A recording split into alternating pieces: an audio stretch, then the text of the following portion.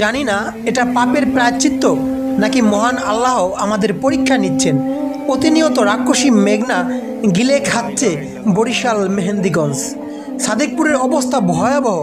মানুষ নিজের ঘরবাড়ি পর্যন্ত বাঁচানোর সময় পাচ্ছেন না। এই যেন ধ্বংসের এক প্রতিযোগিতা। হে মহান আল্লাহ, আপনি আমাদেরকে আর শাস্তি দিবেন না, দয়া করে রক্ষা করুন।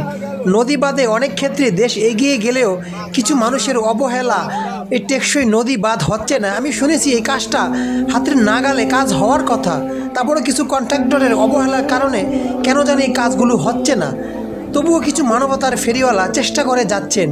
প্রতিনিয়ত আপনাকে ফোন দিয়ে নদী ভাঙনে খোঁজ নিচ্ছেন, মানববন্ধন করছেন। আজকে আমাকে এক ভাই ফোন দিয়ে বললেন, ভাই নদী ভাঙন নিয়ে কিছু ভিডিও থাকলে আমাকে পাঠান, আমি মন্ত্রণালয়ে যাব। তার নামটা হয়তো আপনারা জানেন, আমি আর বলতে চাই না বারবার। কারণ নদী বাদে যে বোঝে, যাকে নদী ভাঙে সেই বোঝে যে নদী ভাঙার কী যে বেদনা। আগুনে পুড়লে ভিটেমাটি পড়ে থাকে, কিন্তু নদী ভাঙলে সব শেষ, শেকড় থেকে মানুষকে উচ্ছেদ করে দেয়। তাই আমি আবারও বলছি, দয়া করে ভিডিওটি শেয়ার করে দিবেন। নদী ভাঙনের বিরুদ্ধে আমাদের একসাথে আওয়াজ তুলতে হবে।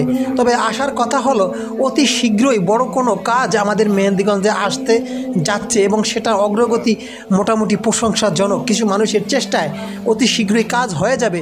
সেটা 2-1 সপ্তাহের ভিতরে হওয়ার কথা থাকলেও কেন জানি দেরি হচ্ছে, এটা অনেকেরই বোধগম্য নয়। তাই আসুন, যারা নদী ভাঙন রোধে প্রতিনিয়ত কাজ করছেন, আমরা তাদের পাশে থাকি, তাদেরকে আমরা সাহায্য করে যাই দল মত নির্বিশেষে। সত্যি এই ভাঙন আসলে খুবই কষ্টের, খুবই বেদনার। যার হারায় সেই বোঝে যে নদী ভাঙা কত কষ্টকর। আমার দাদাদেরকে একবার নদীতে ভেঙেছিলেন, তারাই বুঝতে পেরেছেন কত কষ্ট। তাই আসুন, আমরা দুহাত তুলে আল্লাহর কাছে দোয়া করি, আল্লাহ আপনি আমাদেরকে আর এভাবে কষ্ট দিয়েন না। ভিডিওটি শেয়ার করতে ভুলবেন না, আর আমাদের পেজটি ফলো দিতে ভুলবেন না এরকম ভিডিও পেতে। আল্লাহ হাফেজ।